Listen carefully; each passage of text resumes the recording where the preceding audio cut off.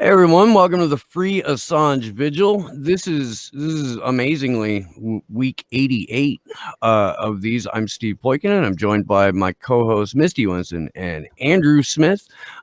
We have a couple of guests this evening with some stuff to promote, which is good because we're getting out in the streets because we need to. Um, and we'll get to that in just a second, but real quick, let me run down the numbers as they stand on March 9th, 2021. Today marks 3,738 days of illegal and arbitrary detention for Julian Assange, 692 days since the WikiLeaks founder was trafficked from the Ecuadorian embassy after being sold to the US and UK for a $4.2 billion IMF loan. It has been 59 days since District Judge and Concierge to the U.S. State Department, Vanessa Baratzer, read out her ruling that denied Julian Assange bail after ordering his release during the refusal to grant extradition. It has been 1,362 days of incarceration for Reality Winner, who again is in prison for no reason. Chelsea Manning has been out of jail and a free human being for 355 days. And that is awesome. We told Juan we were going to start including Olabini too. So let's backtrack for a moment. 691 days ago, Olabini began his legal persecution by hostile states and intelligence agencies. So the thing that happened over the weekend that we are really stoked to be able to announce, Jeremy Hammond got his walking papers. He is no longer in a fucking halfway house. Such good news. He does have a 3-year tail. So he's got 3 years of heavily supervised parole. He cannot come anywhere near a whole list of things and organizations and people and places. It'll be a while before we get him on. Because specifically it says he is not allowed to have any contact with civil disobedience organizations, and even like even counting Slow News Day, like we just watching the show is an act of civil disobedience. So being on it, I would imagine would violate the terms of his parole. Joining us right now and on short time, because she's got to go to the airport and catch a flight so that she can get ready to come up and see us in DC. The smartest and most frequently correct and certainly best looking half of the convo couch, Fiorella Isabel, joins us from the couch. What's up, Fee? How's it going? It's good to see you. Hi.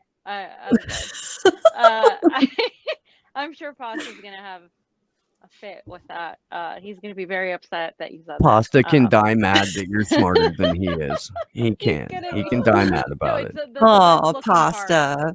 I love Mindy you, loves you. Pasta, Mindy loves you, Pasta. I love you. Mindy loves you. Did you see, Fee? We did an episode of Fuck Your Faves with Comrade Mindy.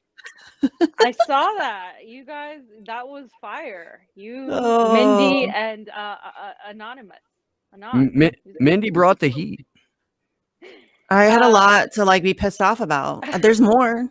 Oh God, I want to be on one of those where you just get to shit talk about all these. Yeah, it's a vent session. Your girl needs to vent every once in a while. That's just what needs to happen. So there it is. Yeah, I mean, as long as we can vent, right? Because who knows how long all of us Yeah. would be on the air. I mean, Right? that's the reality. I mean, it's gotten worse and worse since I was just seeing in the chat right now, they took Jimmy Dore's stream down in the middle of it. He had Justin Jackson on. Yeah. And they took his stream down. Wow. Holy shit. Yeah, that's what everybody in the chat was talking about just as we were getting started, that they just took down Jimmy Dore's chat or Jimmy Dore's stream just as we were coming on the air. I mean, this is like this is why we are under attack. And one of the things I want to say is like, I'm telling people who have supported us, like, you know, if you can make it out there, by all means, try to get out there, because we've gotten more and more people to say, hey, we're going to be there, because more and more people are getting censored. It's one thing to see, you know, oh, somebody that you don't really watch and stuff get censored, and you're like, damn, that sucks. And then you're like, then you see another one, and then another one, and then another one. And now it's like, even the favorites are getting censored. Even the really popular people are getting censored, or the people who spoke out in favor of censorship are getting censored. So it's like, are you going to put your money where your mouth is? I was on Hard Lens's second alternate channel today, and just mentioning what we were all going to do, mentioning that, you know, we're going after you guys' action for Assange protests, and saying, you know, we're really trying to put our money where our mouth is. A lot of these leftists talk about going out there and having a revolution and having, you know, a general strike, but they're not organizing direct actions. They're just waiting on AOC and the squad to give them breadcrumbs. And so we want to do something different. And you guys have inspired us, of course, to go out there and pursue this. I mean, you guys, with the level of attention you've given the Julian Assange trial and press freedoms, you have actually affected a wave of people who weren't even as involved. And like, we have progressively gotten more involved in this, and we are being extremely censored even more.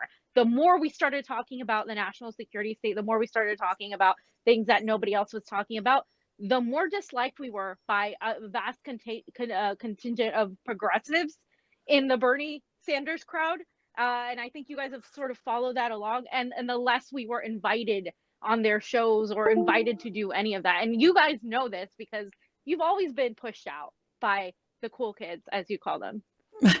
It is very cliquey in independent media sometimes. But yeah, you're right. The censorship's only getting worse. I mean, this is what's really frustrating to me. It's not like they're hiding it. I mean, they're doing it right out in the open. They're shutting down all kinds of content creators and channels and different ridiculous reasons, and you know, and they're doing it just because again, they're like manufacturing consent for, you know, when they really want to shut down dissent, because once you start you know, like, that's like just normalized. Oh, well, people just lose, you know, they're a private company, so, you know, it's no big deal.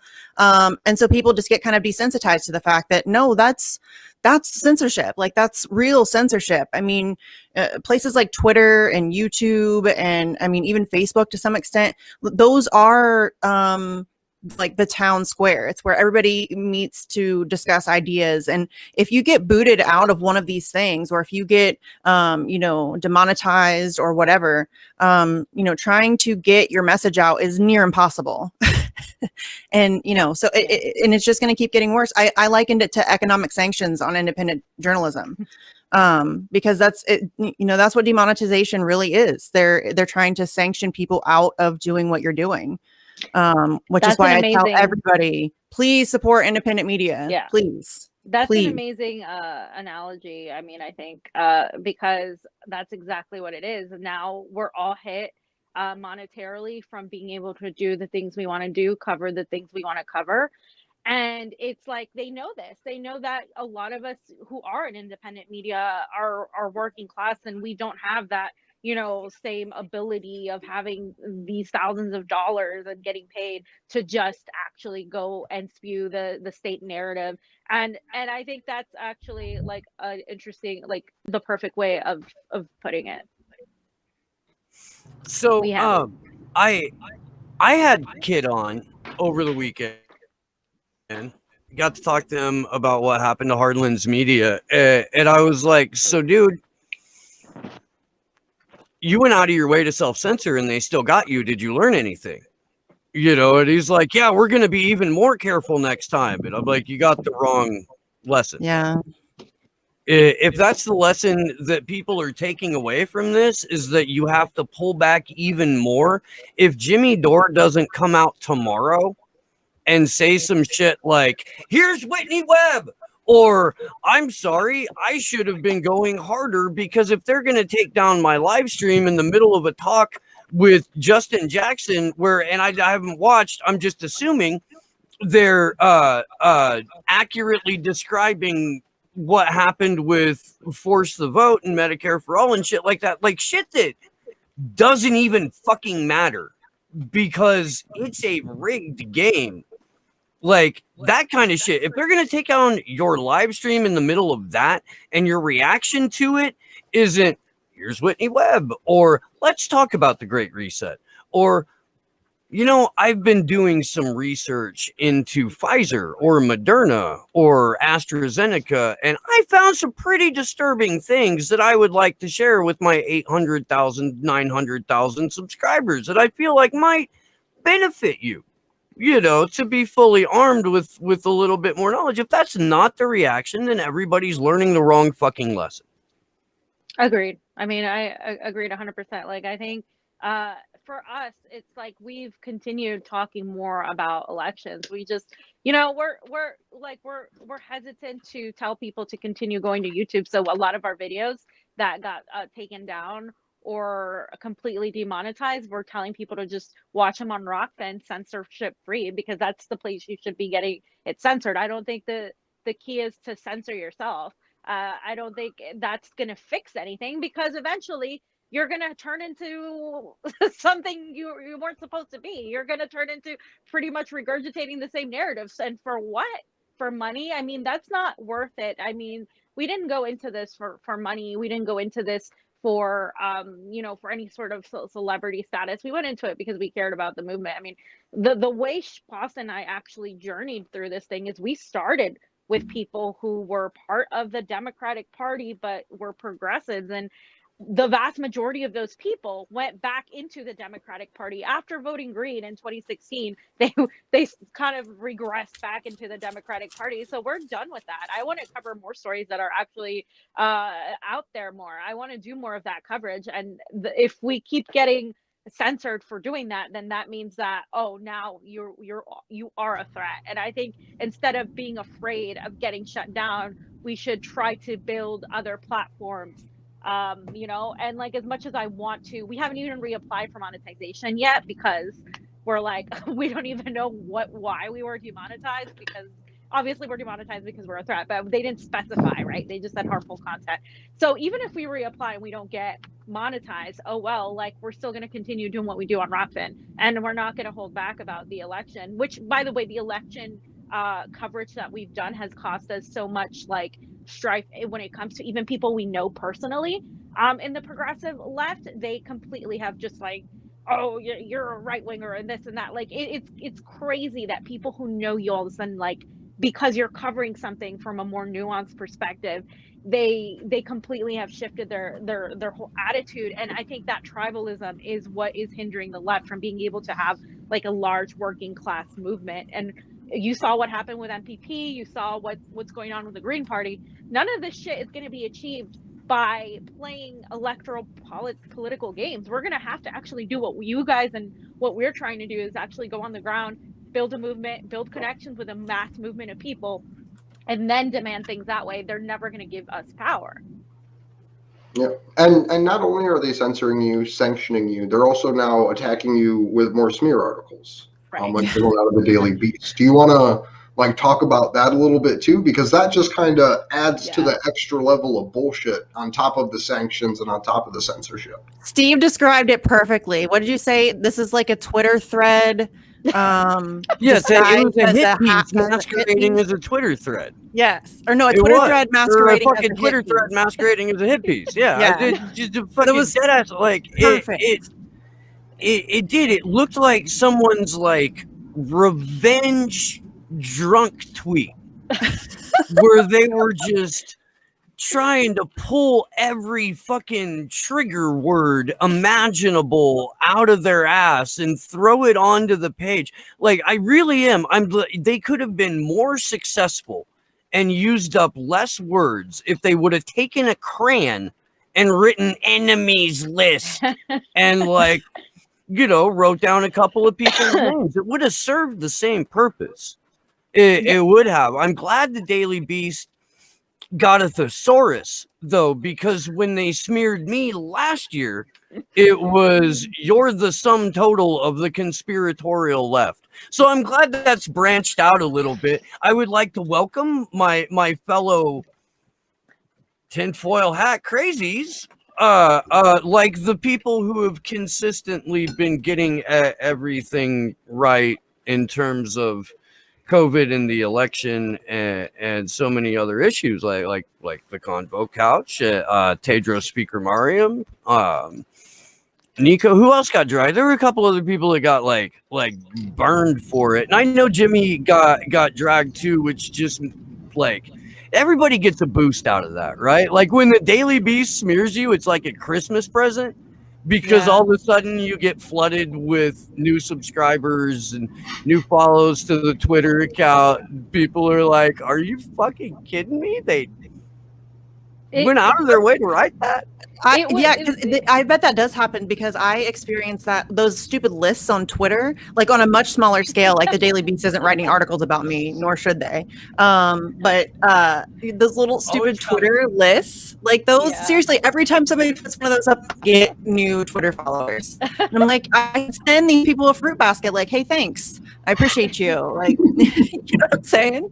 It's like great PR. Thank you very much. But I just have a request for those people. When you make those lists, include like the link, not just like the people's names, because it makes it easier for people. Like I've had people request that. So when you make those hate lists, include the link to our Twitter handles because that makes it easier for people. Also, at the very bottom of the list, defend.wikileaks.org.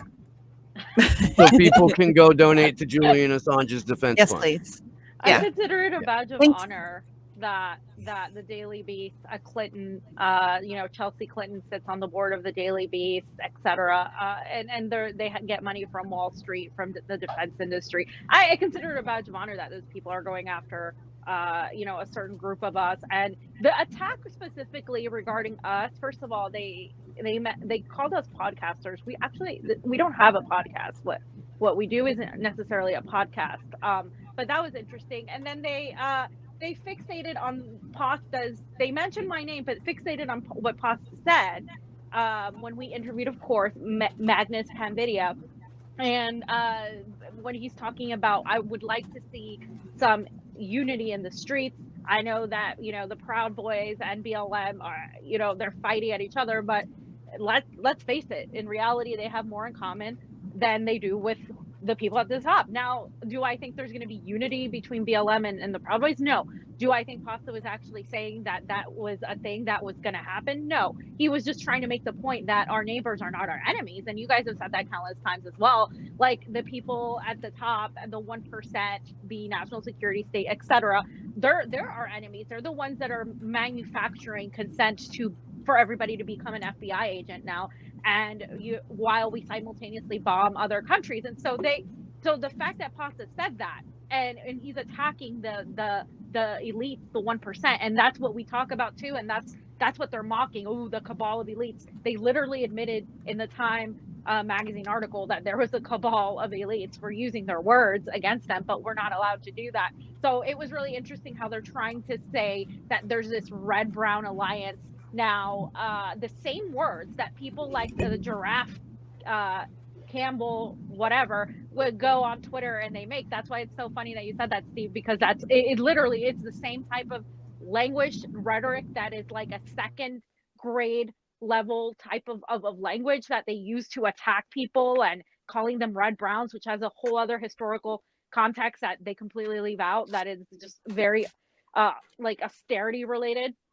And it just made me laugh because I'm like, this is what you guys come up with. This is that we're talking about uniting the working class, and they're painting the Boogaloo Boys the same thing as the Proud Boys, and it's just we're used to these attacks. So it was kind of like, oh, okay, so you're just doing the same thing that people who already hate us believe in already. Okay, great. Like, what else are you going to do? Like, now you just give us more credibility in the sense that we must be doing something right to be attacked by a neoliberal think tank, right? Like, that's, and every single person there, for the most part, that was attacked, it was done in such a way that was like such terrible writing and such terrible just use of so many words to say very little, that even the people who don't like us were saying, hey, this is actually a really bad article. So that was pretty funny.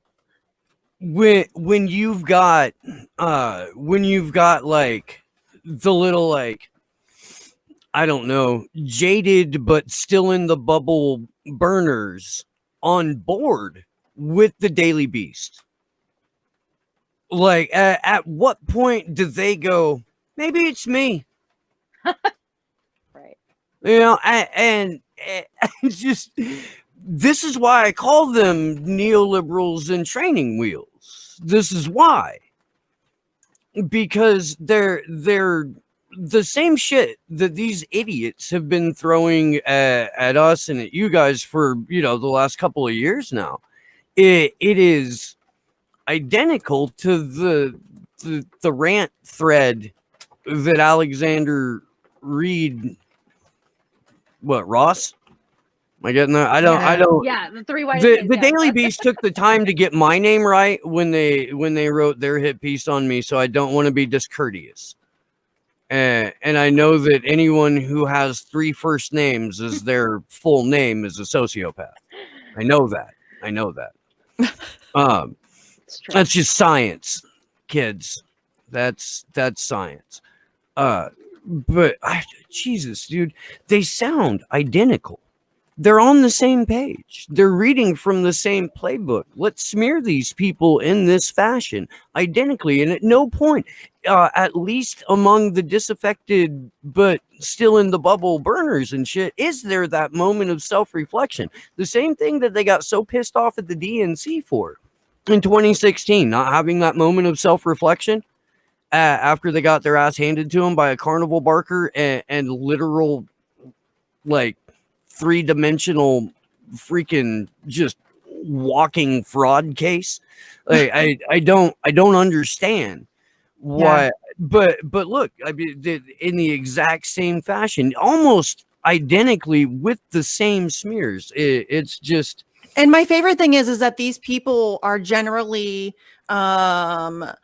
backing or advocating for or voting for or campaigning for people who are actually fascist. It's like this blue-brown alliance, you know what I mean? Like they run around calling me like a red-brown, you know, but really it's these same people. Like, I just found out the other day, one of like the people that hates me the most on Twitter like retweets Bellingcat, and I'm like, oh, this makes so much sense now. This makes so much sense now. So that it really is that all of that language is meant to be really ridiculous and divisive and just dumb. It's so infantile. It really is. Like, I've never once in my life said, hey, let's go find a bunch of Nazis to work with. You know what I mean?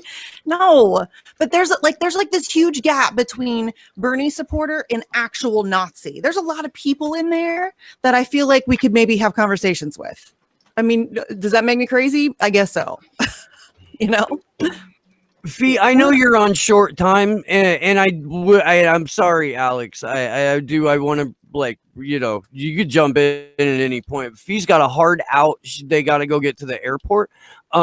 So tell us why the fuck censorship protest, and also when and how people can help out. Awesome. Okay, so and there's like some weird shit going on with your audio too, Fee. It's like hella soft. Really, that's weird. Whoa. She just like totes my goats hung she up. Blinked out. Yeah, she did. I think she like just turned her shit off by accident. Probably clicked like a hang up button on her. Yeah, instead of like volume or something. That's maybe hilarious. She'll jump back in. So, would you like to talk about the international events, Alex? Yeah, sure. Well, shall we Yeah. introduce Alex and not just like, Oh. throw her to the wolves? This is the lovely Alex Hills, and she's amazing. She does the Candles for Assange pages. She also was a victim of mass censorship on Facebook. Your entire account got taken down. Yeah, that's so yeah, right. she Still does down. an amazing job of like collecting and promoting Assange events around the world. If you ever want to find an event near you, that's where you go. Yeah. To Alex. Thank you. Thanks so much, Missy. I'll let you go. Fiorella, I'm a big fan. I'm going to hand over to you. Oh, thank you.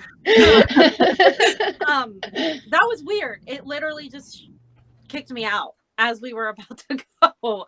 Yeah. So because of things like this, because of streams getting shut down, of massive censorship, demonetization, the fact that I can't say anything regarding the elections, or I'm some sort of white supremacist sympathizer, the fact that we can't talk about Julian Assange, or people just come and attack you and call you an Assangeist. Like now, like it's crazy. It's out of control, and the left was supposed to be there to actually fight against that and be an anti-establishment, anti-imperialist, pro free speech sector of politics, or of whatever movement that you think you're a part of. And that's not happening anymore. The left has become pretty much just regurgitations for a new branded progressive movement. So that's why we're doing the fuck censorship, because not only are we getting censored, but so are a lot of our friends, a lot of fellow journalists, a lot of fellow YouTubers,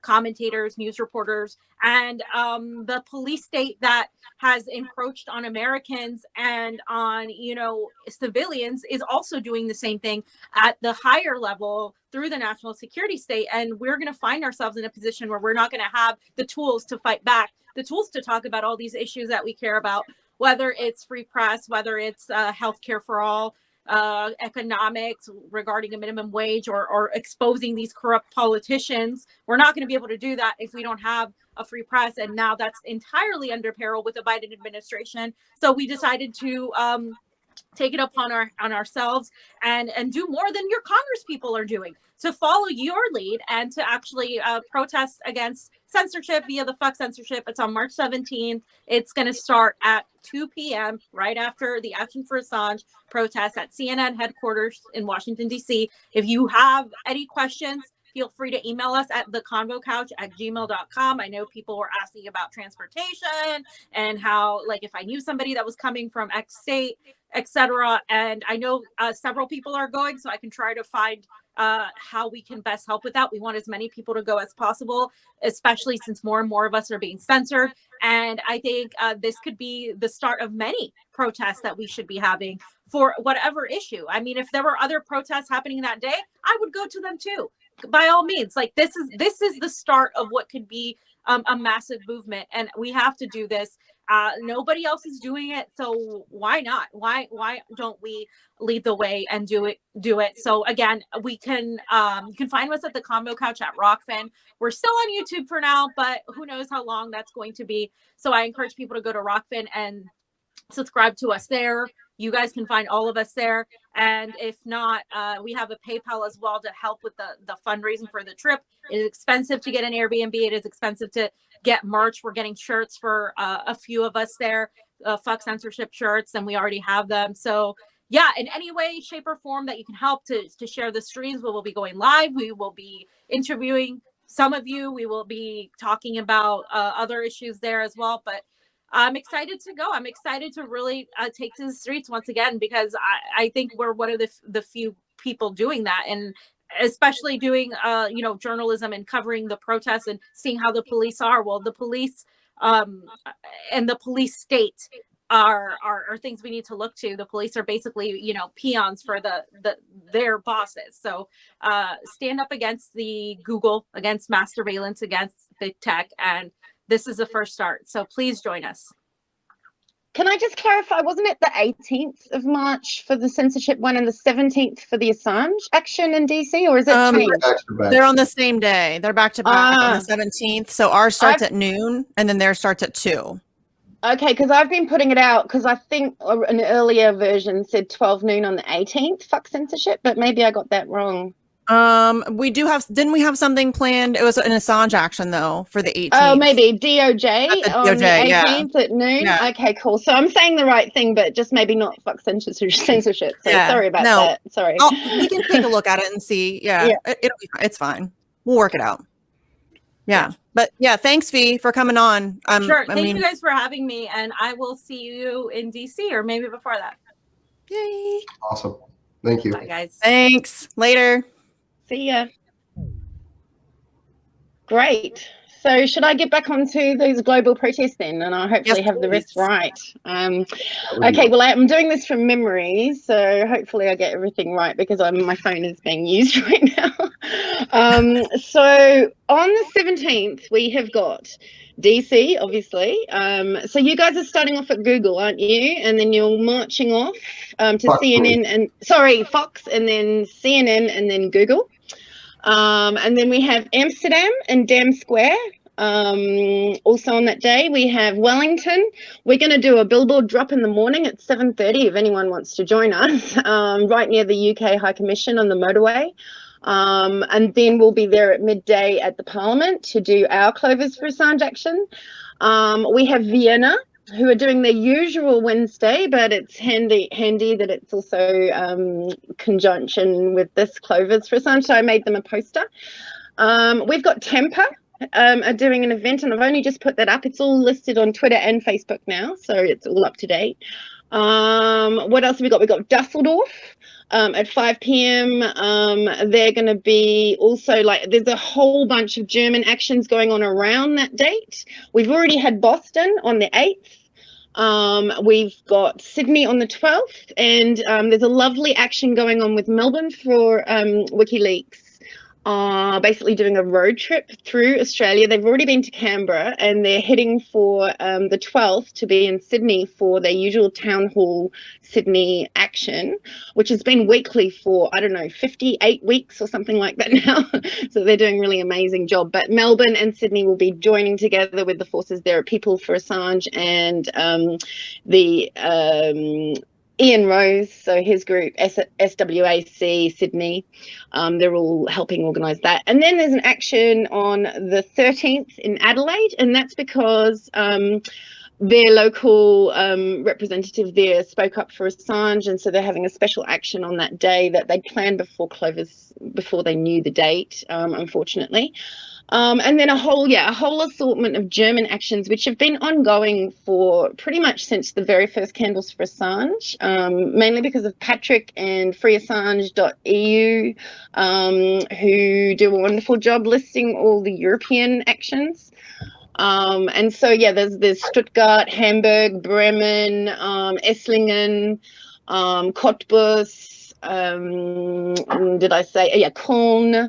So Cologne, I think that's it. So we've already said Dusseldorf and Frankfurt. So there's a whole heap of actions going on. Frankfurt's on the 20th of March. So it really marks a whole body of actions. And on the day, I think, we've got 7 countries represented. So that's pretty good. 10 cities overall represented during the week.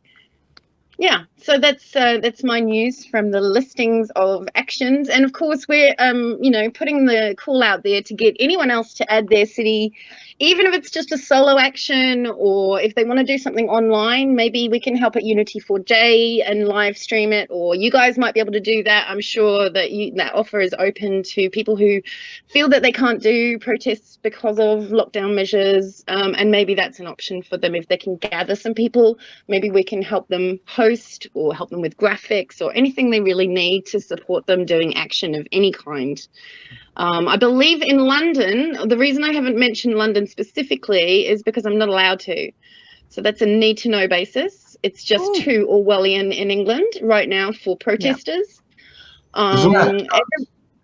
It is nuts. Like the country that birthed the Magna Carta. The Magna Carta. Yeah.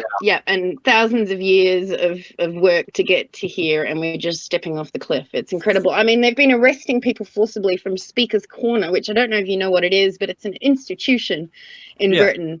And it's the edge of Oxford Street on Hyde Park Corner. And there've been terrible actions there, and very, very hypocritical actions where they don't arrest people on certain protests, but then they count 110 or 101 people, and then it's like, this is Melbourne, all sorts of places are having this kind of Orwellian stuff going on. So I know that, in New Zealand we've got a lockdown too for, I think, what amounts to 2 or 3 cases, potentially, with 60 questionable contacts. So, we're all in shutdown in Auckland here. So that's kind of put a blanket on any kind of action there. But we're doing it in Wellington because we're just at level 2. So, so there's horrific things going on in London, and I know they're planning an action. No one wants to put their head on the block to say that they're organising it. There have been other mentions of doing things like putting yellow ribbons around trees when you're walking around doing your exercise, anything that you can do to just get that word out, putting up posters or anything like that, chalking. So yeah, I think London will be doing something, but we just won't know till the day. Yeah, they'll definitely be doing something. What? Sorry? Did you mention Boston? Because I'm pretty sure. She said that they on just the did an 8th. event on the 8th. They've done it. I think they're doing one on the 17th too. Oh, really? Okay, I need to get updated on that one because my understanding was they were just doing the 8th. So, yeah.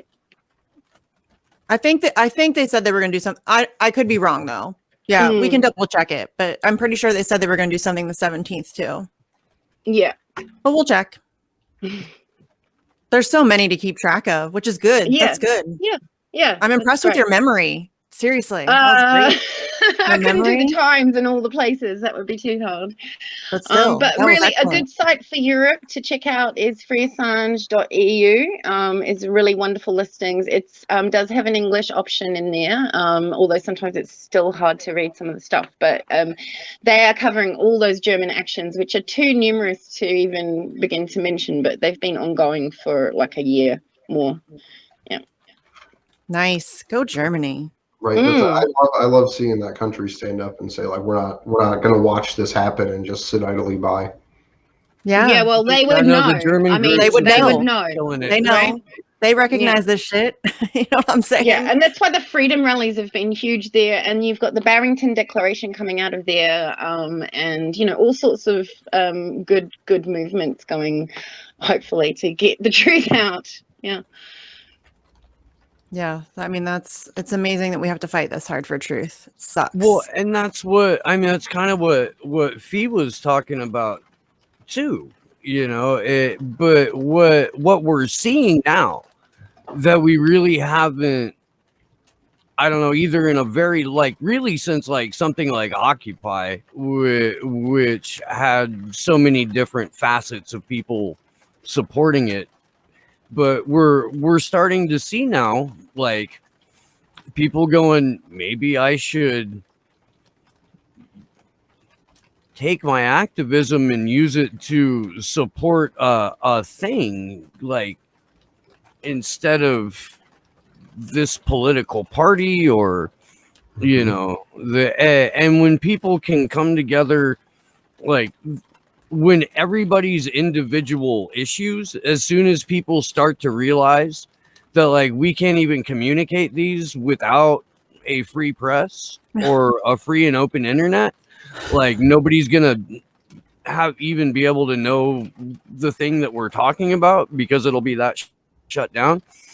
When that happens, then the convergence of all of those groups is going to be a wonderful sight to behold, and I can only hope that in this period of accelerationism, and I think it is, I see it all over the place, or just because everything has happened in the last 5 years at such an accelerated pace, just by general basic reaction, everybody else's urgency is sort of stepped up too, and it's you're met with drawn out resistance politically. Sometimes you're met with immediate resistance when it's an individual cause, but sometimes that resistance is all for the purpose of taking away more rights down the road. You know, oh, we had to beat up the protesters. That's why we have to criminal test now. Oh, and they're doing it right out in the open. Kentucky wants to make a law that makes it illegal to insult a cop. Are you kidding me? What is happening? This is what I'm talking about. It's right out in the open. They're not even hiding it. Like, it's full frontal assault on the First Amendment in broad daylight, and everybody's just like, you know. Right. Oh, right. No, let's spend 18 handing First Amendment. Oh no, let's make a huge deal out of politicians not doing the thing that they ran on. Let's talk about Meghan and Harry and the racist colonialist royal family. Like, ooh, big shocker. A bunch of racists. Who knew that a bloodline-driven, open practicing eugenics Nazi family was gonna have a problem with the half-black daughter-in-law? Who knew? Who saw that coming? This is my shocked face. Video of the Queen of England being taught the Nazi salute in 1933 by her uncle. Yeah, it's fine though, you guys. If you've ever seen one, I mean, it's ridiculous, particularly for the royal family, particularly for what's coming out in the human trafficking, pedophilia world. You know, you've got the other guy in Canada. You've got so many cases now, and I think it's all the heat's going back on the royal family. It's probably why we're hearing a lot about another story. Meghan and Harry just seem to be deflectors to me. Deflectors. And nobody's going like. They'll tell you that, you know, they'll tell you nice things about Prince Harry, and this is about to get sympathy like for them and shit like that. Prince Harry, against everybody's advice, went to Afghanistan twice because he didn't get enough killing the first time. Like, yeah, I don't know what to tell you, but there's no good guy in this situation. Jimmy Savile was supposed to be, or nominated to be, or asked to be Prince Harry's godfather. Jimmy Savile. I mean, the BBC sent children to Jimmy Savile as well, knowing exactly what he was for a decade. Yeah. So, I mean, like, it's but believe them when they people talk still about believe it. So, yeah.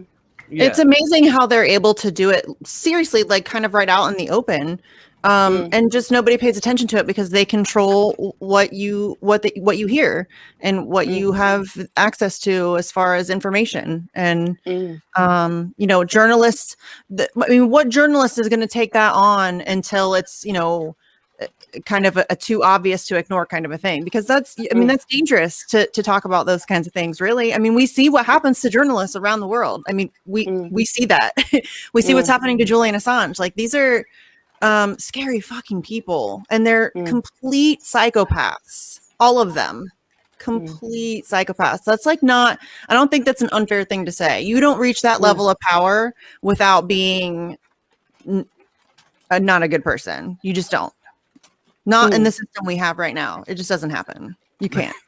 Well, I'm pretty sure you have to have blackmail fodder if you want to be in a position of power anywhere. I mean, really, if you want to get to any high level in anything, there has to be some blackmail fodder on you.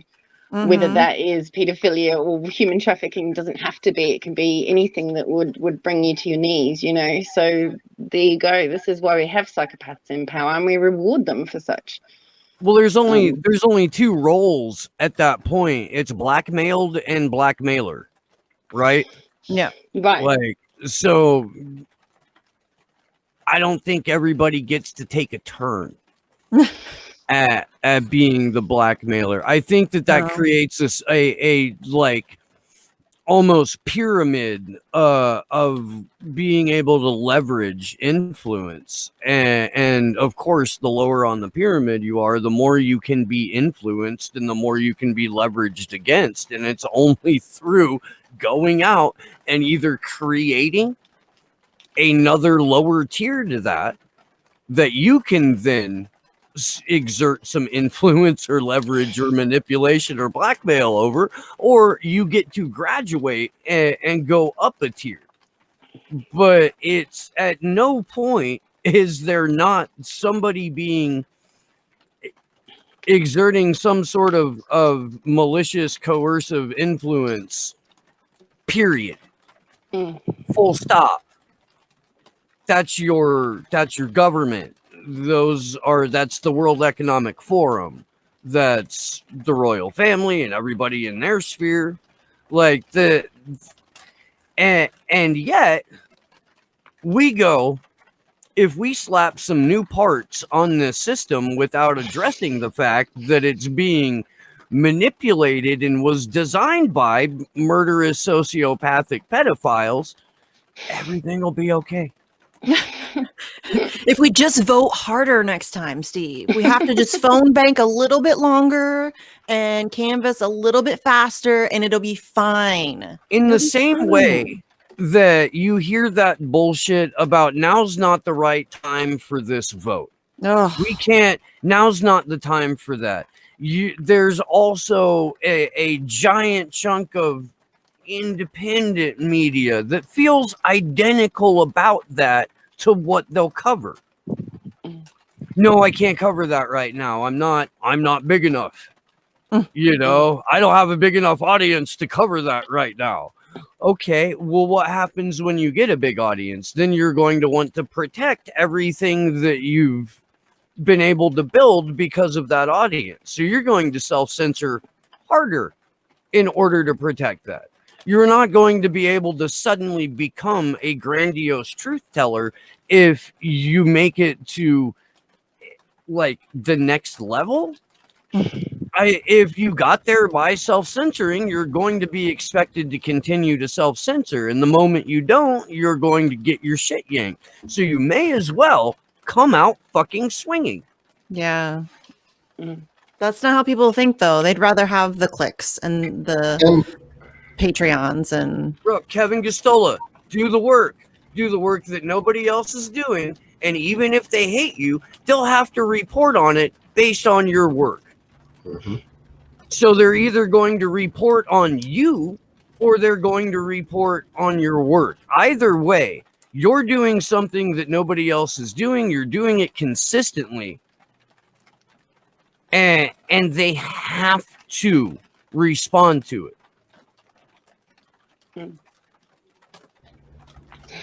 Can we show the video of Jeremy getting out of prison?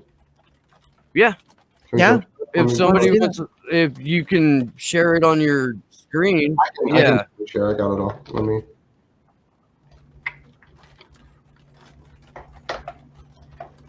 I don't even know if we need the sound on for it. You know. Yeah. How's Jeremy's health? We don't have a lot of specific information. We just have like the general pale. Yeah. I mean, we're trying to find somebody to talk to that knows more. So 9 years to the day, Jeremy is now free from the Bureau of Prisons, thanks to all the support over the years. This footer will continue to be utilized by the support crew to amplify ongoing related activism, anti-fascism, and prison abolition. Free them all. And then I want to play this really quick. The sound should come through. Let me know if it doesn't. Oh, it's good. So what's happening? Oh, we're in front of the halfway house. It's the last day. I'm over here to get this shackle chopped off. 9 years to the day. Oh, it's big. So Jeremy Hammond still faces 3 years of supervised release with special conditions prohibiting encryption, anonymity software like Tor, and from from involvement or contact with any civil disobedience organizations. His phone and computer must also run monitoring software. So I am very grateful that Jeremy is out of prison. Again, that is not freedom yet. Literally, they can just be like, well, you're not allowed to use encryption because that's the law. which I think is Yeah, well, absolutely that's how the insane. system, the prison industrial complex system is kind of designed. They like keep their claws in you and just wait for you to fuck up so that they can suck you right back in. So yeah, I mean, he's gonna have to be, like Steve said, he's gonna have to lay low for a while and like just stay out of. I mean, not that he, should do anything anyways, but Well, you just given that can't. everything is domestic terrorism, if you just Right. dissent, if you just, raise a voice, I mean, I wonder if he's allowed to comment on Twitter. Like, what level of Orwellian kind of control are we talking? Yeah, that's seriously so terrifying that it's to that level where you have to be mindful of what you say about anything, like seriously important issues like COVID and the vaccine and Julian Assange and all of the things that we're not allowed to talk about. It's so scary that that's really just been so normalized. And it's not just social internalized. media, as Fiorella was talking about. It was not just social media. It's also just day-to-day human people, activists, people who speak out. Anyone is getting this kind of fear. I've had it myself. I kind of got a cancel culture from my band. Not that they wanted me to carry on playing, but I'm not even sure I want to, because I've been told that my opinions are not sufficiently progressive for the values of the band, and that my opinions have more in common with white supremacists, which is the classic, exactly what they want out of people who dare to dissent or anti-war or free press or freedom. Any kind of call for freedom now is down in that basket. So Jeremy has a job on his hands probably to try and avoid speaking out. And I would rather gnaw my own leg off than self-censor. I'm just not the type of person, and I can't do it, and don't ask me to. So I don't know how I feel about my band. I don't know how I feel, it just feels too creepy for me. And they were kind of calling for a meeting with my husband as well, who has nothing to do with my band. And, as though, my husband might be able to help knock my opinion out of me. It's like, what? Really? Seriously? Wow. No, Wow. yeah. So this has put me off fundamentally from going back for that. But I'm just pointing out that it's not just social media that are getting the fear. It's everyone for speaking out, and you have to be pretty bold and brave to say what you think. Actually, it was already getting like this, to where people were treating each other in person like it was a social media post, right? Where people just thought that they could, talk to somebody the way they do online. And then a handful of people got really surprised when they got socked the fuck up. And some of that's like pulled back. It was starting to pull back after the lockdowns. Like real life now is people reacting to shit, knee-jerk reacting to shit, and flipping the fuck out in real time in 3 dimensions as they do online. Like people are getting maced in grocery stores and shit. There are like fights in parking lots and fucking. Dude, there was a fight in Bed Bath and Beyond or Works or something the other day over a mask.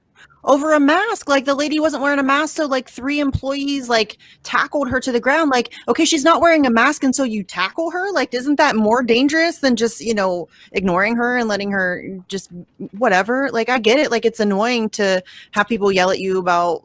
Because I don't go be mean to employees either. Like, I see that a lot too. People like screaming at employees because they tell you to wear a mask. They're just trying to do their fucking job. Like they make this minimum wage bullshit job and they're just trying to do it. And that's what they've been told to do. And they're just trying not to rock the boat because they have bills to fucking pay. So just be nice. Like everybody just calm down and be nice to each other. You're not each other's enemy. Again, I'm going to push back on that a little bit, Misty Winston. Okay. Because I have come across a couple of really happy people with their teeny tiny little position of authority. Well, there's assholes in every group, just fucking lording their shit over a couple. And look, man, to be perfectly honest, the 2 gentlemen who were in this establishment who were not wearing masks were being pricks about it. Like went in specifically to be pricks about it. So it was going to be a standoff, but the dude straight up was like, I will have you imprisoned, and I'm now starting to feel like I may be in danger of my life, and like shit like that. It was like just everything in the book that he could hurl at these people to kind of flex on them. And I've seen a fair amount of that. And you're right, dude. If people would just back the fuck off and like chill, Yeah, like we everybody wouldn't take a be in this breath, spot in the man. first place, because people would have realized that when the World Health Organization and the CDC say that you have to have a 6% global rate for death rate for something to be a pandemic, and we don't have that, they would have gone, well, that's nonsense. I will certainly take precautions and be a little bit more careful. And if I'm immunocompromised, I'm not going out without a mask anyway. But, let's not reorganize society, destroy small businesses, ruin education, and hand it over to Eric Schmidt and Bill Gates and call it good. Yeah, that sounds like a really bad idea, actually. Just saying. Oh, On It would subject require a access. lot of chill to have that conversation, though, is what I'm saying. A lot.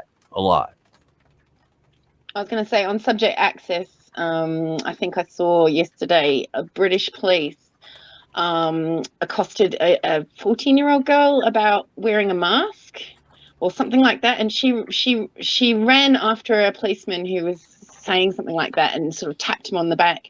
And the next bit of film you see of the police, they're carrying her limp body into the back and chucking it in the back of a paddy wagon. And this looked like barely 14. I don't even know if she was 14. They were at her for not wearing a mask. It just begs belief. And I heard a story about a 1-year-old on a plane. I mean, Yes. people are not using their brains, and it's like Karens and normies, World War III. We have what the hell? before that as a globe, we are now living through the prologue of V for Vendetta. We are, the St. Mary's virus has been released. They're arresting people as domestic terrorists. We're living through the child's memory of her youth about how the world changed because of a virus, including the fact that people are now getting fucked up for wearing masks. So hopefully in the crazy world we live in, we'll live through the prologue and the conclusion in the same lifetime. Because the moment these police officers start using that level of violence against children is it's literally a matter of time before someone says, you're not doing that to my fucking kid. Because that's, yeah. It's crazy.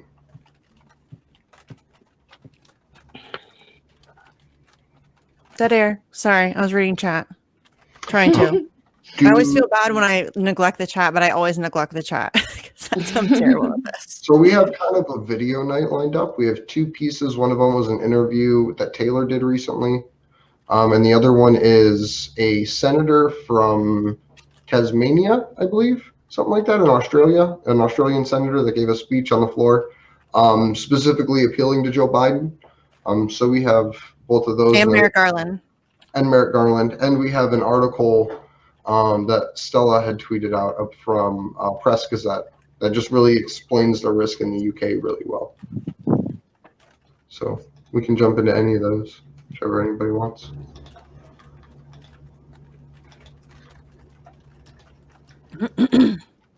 We can start if you want. We could do, it's about 10 minutes, the video that you had sent, Misty. Yeah, it is kind of long. If you just, I mean, we don't even know if we need to watch all of it. She's got a clip up. She's got a clip out on Twitter. Who? Taylor? Oh, no, we're talking about the other something one. different. Okay, Yeah. I was going to say the question about Julian and Colonel Larry Wilkerson's answers in a clip, I believe. It is. I have the full thing because there was 2 questions she actually asked him about it. And she clipped the one and the other one. Well, let's check those out. Pull those up, Andrew. Yeah. And then we'll see where we're at on time and stuff. And yeah, I don't think we need to watch the whole 9 minutes of that dude, but it was a good speech, and it was cool that he was specifically calling out Joe Biden and Merrick Garland. And Yeah, that was dope. That guy's been pretty solid for a while, so. Screen share.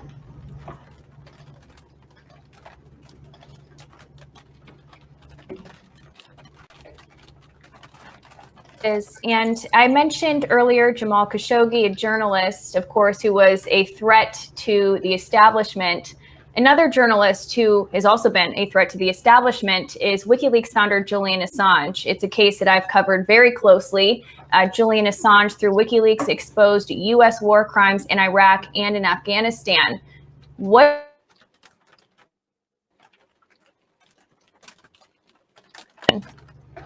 Just like anyone who exposes the dirty underwear of the empire, they're going to be pursued. And because Julian Assange and also several other, I call them, some of them are journalists, some of them are whistleblowers, like Tom Drake, for example, or Bill Binney, you get this situation where the empire and its leadership simply can't tolerate them. So it does things like throw the Espionage Act at them. 90 plus years in prison on 20 counts, you know, times 40. This is insane. It's insane. And people forget he's a journalist. Ultimately, he's a journalist. So whatever you do to him is a precedent for what you can do to journalists in the future. That's the most dangerous thing about going after Julian Assange the way we are. I hope the British have enough sense ultimately and defy the special relationship enough ultimately to not let us have him, period. I don't know where he goes then. He's in some kind of legal limbo, but I'd rather see that happen than have him surrender to the United States, knowing full well what we're going to do. What, in your perspective, would the United States do if he were to be extradited? I think we've said, and I think the Attorney General, previous one, and if you listen to people like Eric Holder, who was, of course, Obama's Attorney General, and bloody-minded as hell if you go back and look at what he did. He prosecuted more whistleblowers than anybody in history. They're going to throw the book at him. It'll be the Espionage Act, and he'll probably be convicted. It'll be a kangaroo court. And then we'll disappear him at Leavenworth or someplace, and no one will ever know what happened to him. No one will care. His name will expire from history, except for people like you and me who might shout about it every now and then. Exactly. We need that. And the only way we can really have a better world, or maybe not the only way, but one of the ways is for people to have access to truthful information and for wrongdoing to be brought to light and for it to be made public so this does not continually happen. So there's some accountability. So how can we continue on like this if we are punishing and torturing and incarcerating journalists who expose the U.S. military-industrial complex? And how do we get out of this? That's a good question, and I don't have an answer for it. Without some courage from the legislature and some courage from the courts, you take the one court that is really associated with the national security complex routinely, the FISA court, and you look at their decisions, and they've probably had 2, maybe 3 decisions in the last 20 years that were against the government. And that's partly because they don't know what they're doing. They have no security expertise. They take the government's word for it, and they rule on it. And one of the developments that I find particularly foreboding in the last 20 years, but certainly in the last decade, is that the court system, which used to not fool with national security issues, it left it up to the Congress and the president, not feeling they had the right expertise and the right purview, is increasingly interfering in those decisions and reinforcing the tendency of the executive and the legislative branch to do draconian things that are violative of our rights, violative of the Constitution, particularly the 10 amendments that we put on at the end of the day that are more important than the actual Constitution. That's scary. And national security letters and what, for example, what Obama's Justice Department did was reinforced and ramified by the court system. This is bad. This is bad. It should be up the other way around. They should be protecting our civil rights, not helping the government to impinge on them. I think it was Franklin who said, those who lust after security at the expense of their liberty shall have neither. And he was absolutely right. Excellent quote. I'm so glad that you mentioned that, because So there is more to it, but I'll cut it there. It was about 5 minutes or so. I don't want to show her whole piece. Yeah, so dude just said that it's going to take courage from the legislature, and that's not true. It's going to take mass public pressure to make these people do the right thing, because they're not. There's no courage there. Come on now, that's naive as shit. There's no you cannot. There's no courage there, and then it's not even really about courage. It's just they don't. The people that they are owned and operated by don't want Julian Assange to be free. They don't want journalism to be a real thing and an oppositional thing and a truth-telling mechanism. Like they don't. Those people don't actually want that. So yeah, we can't ask for courage from those people. That's not a thing. I disagree with him on one point, because I think in 1,000 years people will be talking about Julian Assange. And they will. Are you in a windstorm? Yeah, what's well, I'm happening? in Wellington. Sorry, I'll mute it. Oh God! I was like, what is happening? It sounds like a tornado is going through. This is normal Wellington, okay? This is a normal day. Got it. That's funny. No, that's fair. That's fair. Yeah. It's pretty windy in Ohio too. At least where I live, it's kind of annoying. But yeah. Good for sailing though. Good for sailing. There's no sailing in Ohio. Well, there's a lot of sailing here. Yeah, no. Ohio's not a lot of fun. Yeah, I have to go like 20 miles to get my ass kicked by the ocean coming right off of the wind, whereas I merely only need to walk outdoors to get my ass kicked by the wind coming up the canyon. Yeah.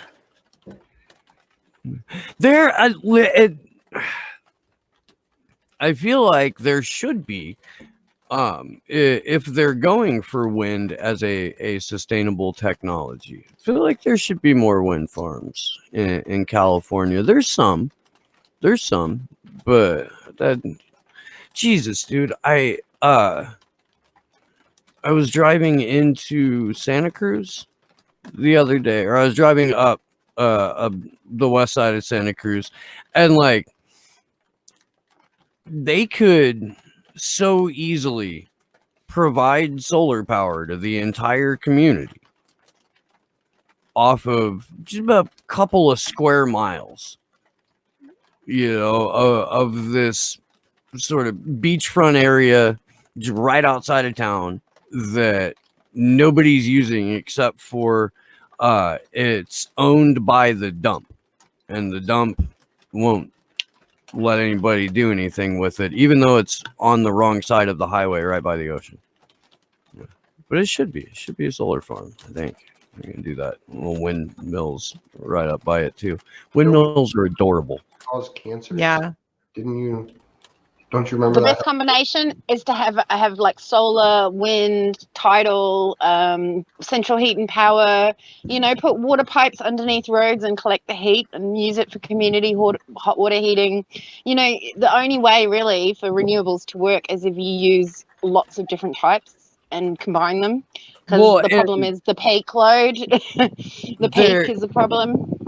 There isn't a readily available, mass producible way to use sustainable anything down the line from the initial sun hitting the panel. Even the panel, in a lot of cases, is a petroleum product, because the two largest manufacturers of solar panel in the world, British Petroleum and either Shell or Exxon, I can't remember which, but yeah, they take about 10 years, depending on the climate. It takes about 15 years to pay back the embodied energy that's contained with the PV.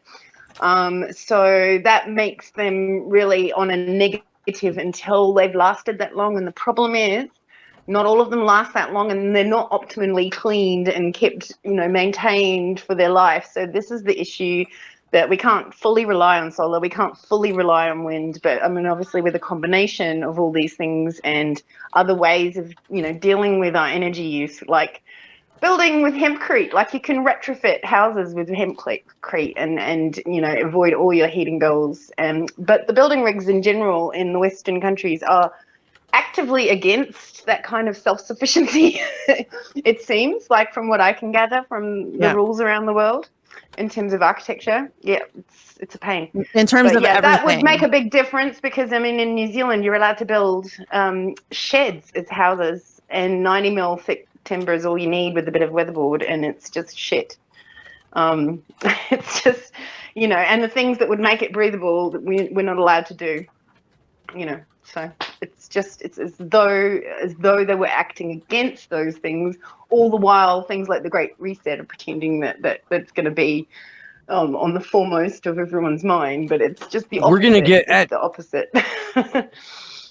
We're gonna get brand new theaters of war coming up too. Finally, out of the desert and into the South American and Central American jungles, because they're mandating electric cars by like 2030, 2035, something like that. And all of those batteries currently are lithium. And Bolivia. That's Bolivia, isn't it? I mean, it's one of them, yeah. It's one of them, yes. That's the one Elon Musk has a hard on for. Well, Elon Musk's lithium comes from Afghanistan. So he doesn't care who they coup in Bolivia, because he got in on that sweet Afghani lithium at the early 2000s prices. You know, that's when he made that lithium work for him. It's nuts, man. It's nuts. Written into the 2020 NDAA is a little section about the race for rare earth minerals and the US's declaration for supremacy in the possession of and obtaining of rare earth minerals. Christ. We are the terrorists, y'all. Hate to tell you. Well, and we're complicit with you in the Five Eyes countries in Britain, and I think Britain has a lot of a role in it as well. I don't think we should just put all the blame on America. I think that if you look at a lot of the disinformation that's controlled by England. I mean, if we look at Bellingcat, Reuters, BBC, the latest stuff, the Integrity Initiative, the Russiagate, the anti-Semitism, I mean, you name it. If it's gonna have a war or sanctions attached to it, they'll sell it. So yeah, Britain is very complicit in this, and it's I mean, it's a globalist agenda. We know that. It's so obvious. Yes, and I mean, they're pretty upfront about it.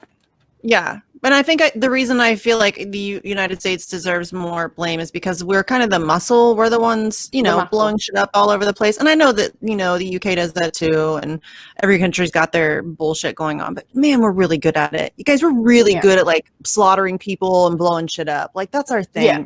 That's our jam. And when New Zealand didn't want to participate in the Iraq War, as I said, Fonterra, which was the company, the milk company that was held to ransom, and they're our main milk export, the whole dairy industry. And they, you know, called it blood for milk, or, you know, blood for oil, milk for oil, you know. It was strong-arming New Zealand to be in the coalition of the willing, as you said, Steve, so appropriate. It's what they called it. Not. It's what they called it. It's what, yeah, that's like, again, they just do it out in the open. That's how you knew. To me. It's amazing to me what they get away with. I hear it's the rules of engagement. They have to let us know what's going on, otherwise it wouldn't be fair game. Like they care about fair. It provides it's supposed to provide like a karmic clean slate, right? When you come out and say it, or at least we've talked about this before. Like, it doesn't matter if we believe in ritual magic. It matters if they do. Right. Because if they think that's going to increase their influence or their power, fucking A right, they're gonna do it. Fucking A right. Absolutely. So, and the Hollywood movies are part of manifesting that reality to occur, seeding it.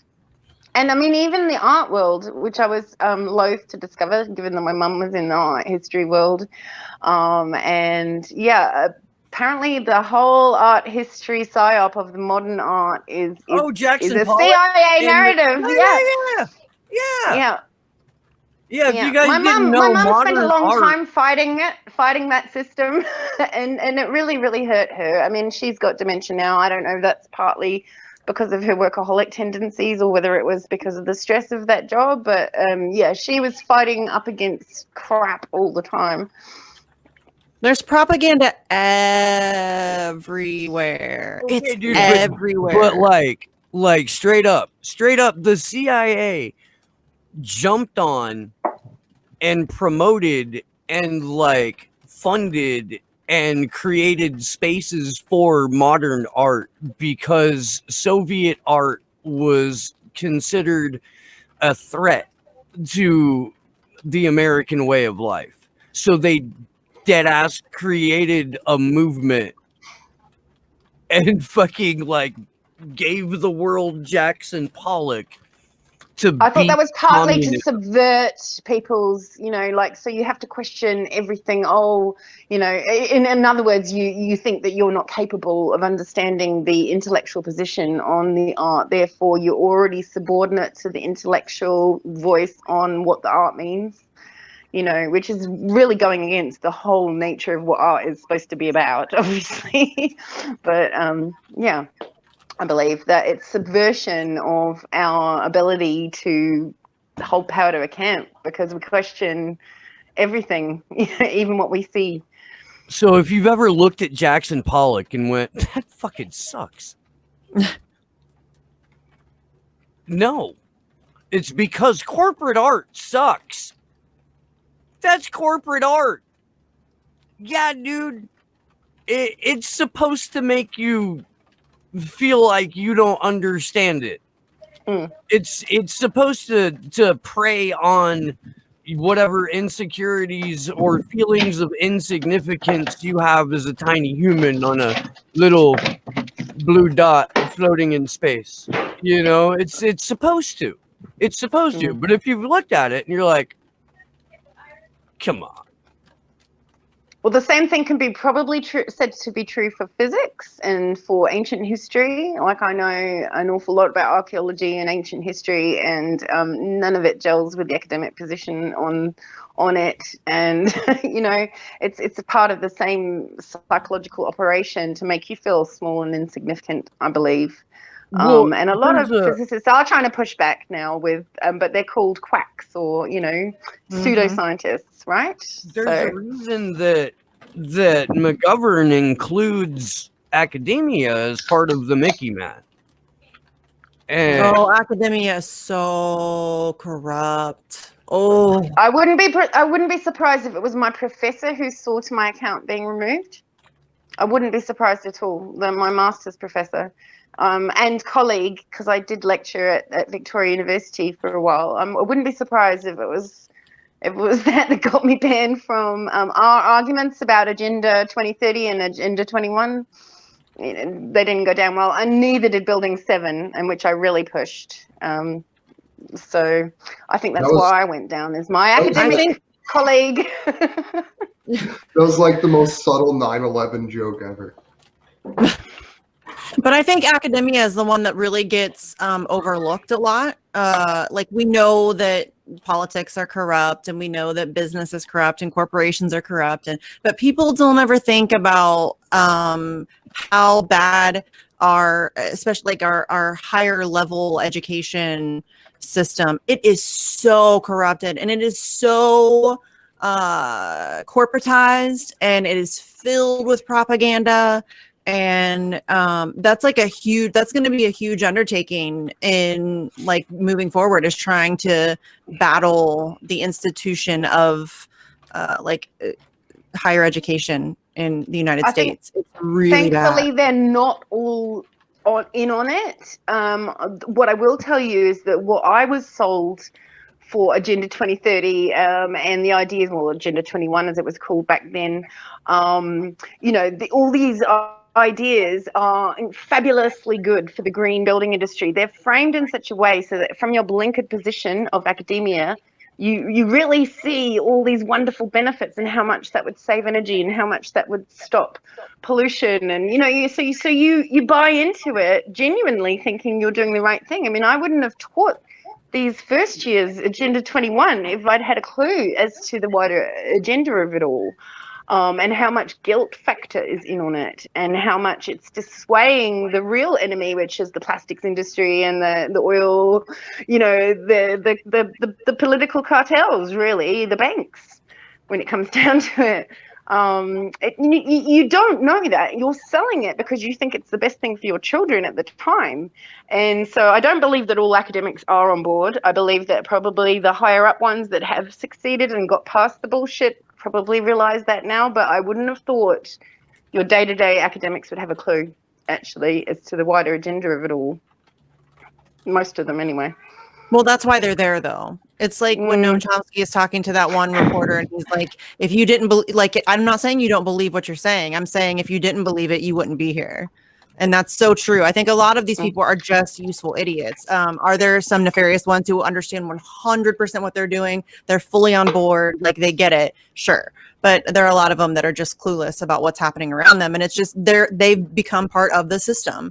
They're just another cog. They just have acclimated to the way things are done, and they don't question it, and they just move about life, not questioning anything at all ever, or why we do things the way we do, or any of those things. So, and it's not worth their job to question it. So the incentive and the funding that comes in is not, and in fact the funding model that most universities operate under, at least in this country, is just abominable for most topics. I mean, but particularly for my one, because you're expected to do these scientific papers, and that's, output is got to be, you got to have this many journal publications in peer-reviewed journals, but that is not something that architects or teachers or musicians do.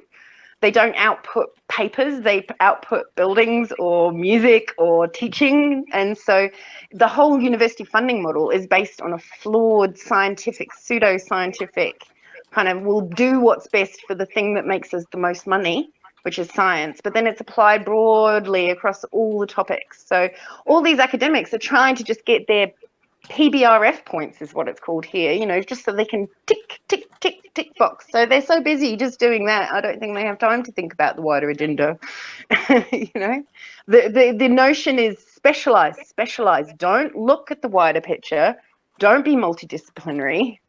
And architecture by its nature is very multidisciplinary, and I think that's why a lot of architects, I think John Shipton's an architect as well. I think there's a lot of activist architects, because you generally do have to look at things from a wider art, science, all over picture for that. And yeah, I've noticed definitely there are a lot of my architecture students had been quite good, actually. Maybe it's a thing. I can see that. I could see that. Because I think it does take like a certain kind of thinker to be able to look at a broader picture and not get tied up in like the little stuff that they kind of force you into a corner on. So yeah, I could see that being a thing. Do we want to get to the speech on the Australian Senate floor by Wish Wilson? Yeah, we can. It is really good. If we don't watch the whole 9 minutes, I highly recommend people go do that, because it's good.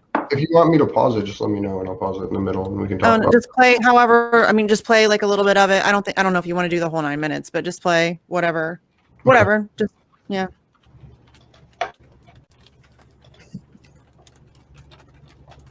Senator Wish. I'd like to make a heartfelt appeal tonight, speaking in the Australian Senate chamber, to US President Joe Biden and the new US Attorney General Merrick Garland. Firstly, Attorney General, congratulations on your recent appointment. My appeal to you is to prioritise, review and walk away from your appeal seeking the extradition of Australian award-winning journalist and WikiLeaks founder Julian Assange. While I understand the US Department of Justice recently decided to appeal the UK court's decision not to extradite Julian Assange, I also understand it would have been very out of the ordinary for an acting Attorney General waiting for a new Attorney General in a new administration to stop any high-profile case before they started. I also understand the US prosecutor in the Assange extradition case recently said there is division within the Department of Justice on proceeding with this appeal. So this is a decision I hope you will no doubt be reviewing and contemplating shortly. Gentlemen, after Judge Vanessa Baraitser on the 5th of January this year accepted all your prosecution's substantive arguments for the extradition of Julian Assange, legally and politically speaking, you now hold the high ground. You won your moral victory. The judge also made it clear by rejecting extradition on mental health grounds that Julian Assange is a broken man and extraditing him would be paramount to murder. You can now stop this extradition appeal with a stroke of a pen. I and many others are asking, why would someone so powerful continue to pursue a sick, broken man? It looks very personal and very political. The full resources of one of the world's great nation states intent on the destruction of one man. That is hardly fair, now is it? My fellow Australian citizens may be many things across all political colours, but we all have an innate sense of fairness. Pursuing Assange will be seen as an overreach. The chorus of voices from around the globe are echoing this. If you proceed with this appeal, you will risk undermining your legal judgment and your high ground, certainly in the court of public opinion. And if Mr. Assange dies in prison, you also risk a significant backlash, not to mention martyring him. If you succeed in any appeal and he faces trial in the USA, you risk the actual trial being on the real and existential threats to press freedom, the First Amendment, and much, much more, rather than the alleged espionage activities of Assange and WikiLeaks. If you drop this extradition treaty now, your sword or the prospect of another extradition, or worse, will hang over Julian Assange for the rest of his life. You get to have your cake and eat it, politically speaking, if you walk away now. You have made your point. Gentlemen. I'll pause it there, but it gets better and better and better. I'll drop that link into chat for everybody.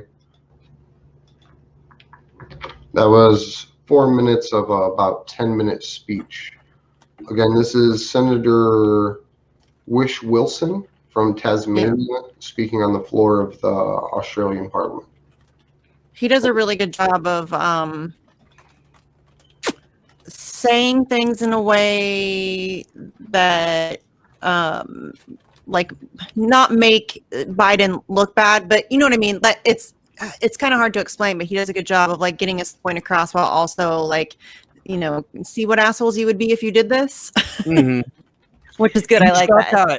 He's got that voice. He too. Yes. He does like the David McBride voice.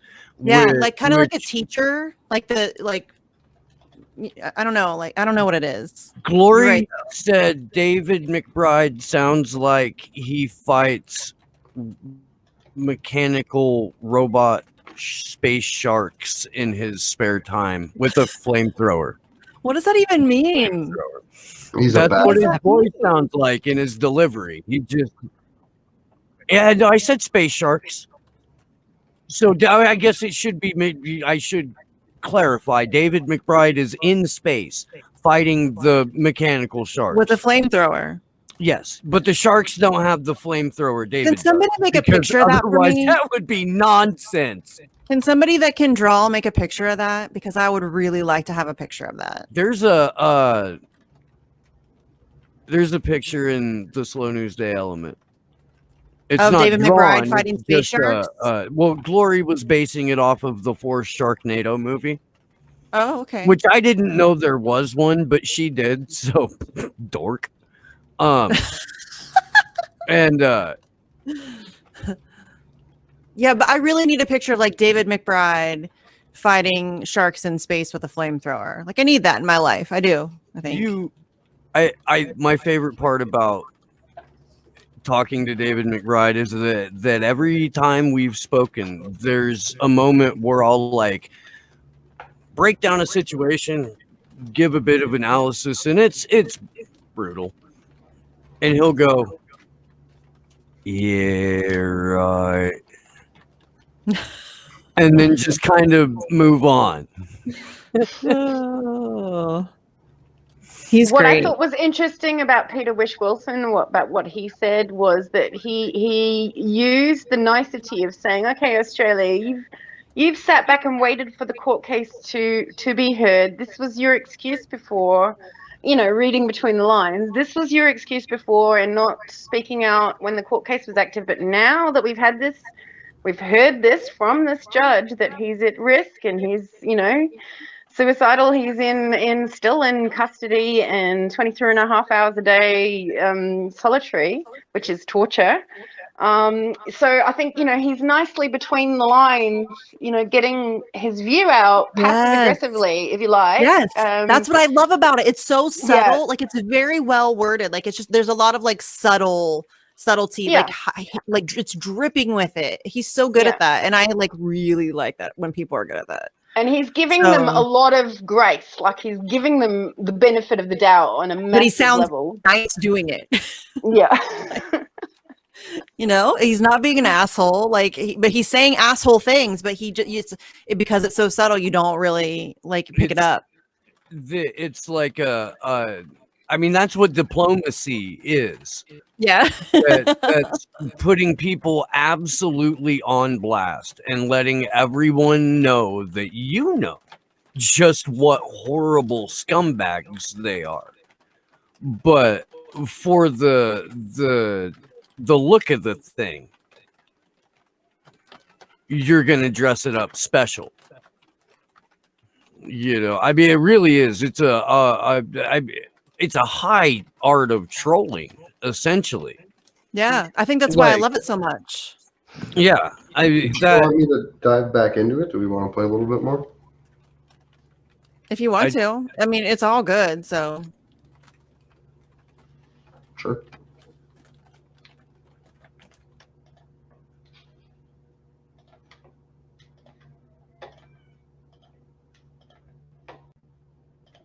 Both of our parliamentary systems are based on the ancient Republic of Rome. One thing the Romans knew too well was that the more powerful you became, the more you needed to be challenged and held to account. Who is there in this day and age to hold the powerful to account? A greatly diminished free press, perhaps, which your extradition threatens to its core? Whistleblowers, who you throw in jail? Your deeply divided partisan political system?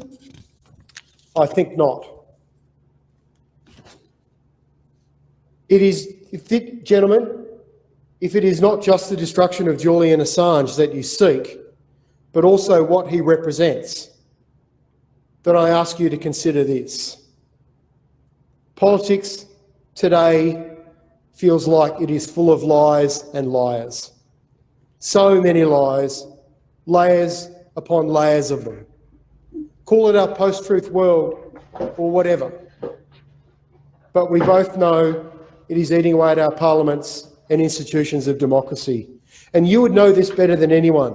The man whose administration you replaced has been caught out lying over 30,000 times during his presidency. Without a value on truth and truth-telling, there is only one path left to tread. And it gets more dark and more dangerous from here. Again, you should know this better than anyone after the desecration of your own capital, all because of lies, lying with no consequences and no accountability. What is there left if we demonstrate we don't value the truth, especially from our leaders? Lies are the cancer on our polity. You might truly believe that what was published by WikiLeaks on the Iraq War was stolen by a whistleblower, Chelsea Manning, and to quote Mike Pompeo, published by a hostile actor, Julian Assange, and WikiLeaks. But I ask you to please put politics and personality aside and ask yourself, how is it morally hostile that publishing war crimes, other criminality, exposing lies and deceit so that citizens know the truth? How is that hostile? I'm sure, like myself, on honest reflection, you were both angered and deeply saddened by some of the terrible things that were made public in these disclosures, things that needed to change.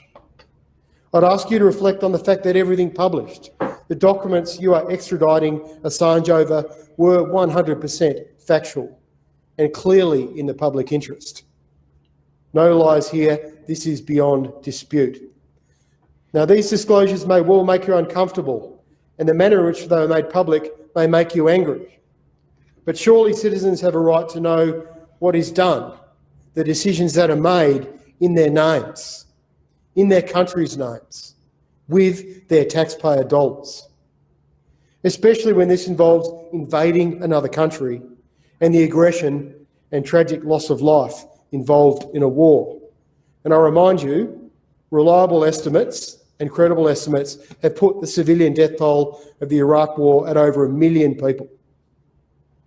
You see, it was a lie and a terrible deceit that led us to war in Iraq in the first place, your country and mine, and manufactured deception by some of the most powerful people and organisations on this planet. Perhaps the most egregious, dangerous lie of our time. And it appears they have all got away with it. By going after my fellow countryman Julian Assange, you are going after the truth teller of this terrible war, this dark chapter in our collective history. And by doing so, you are reminding people of this lie. They will not forget this. It is not acceptable.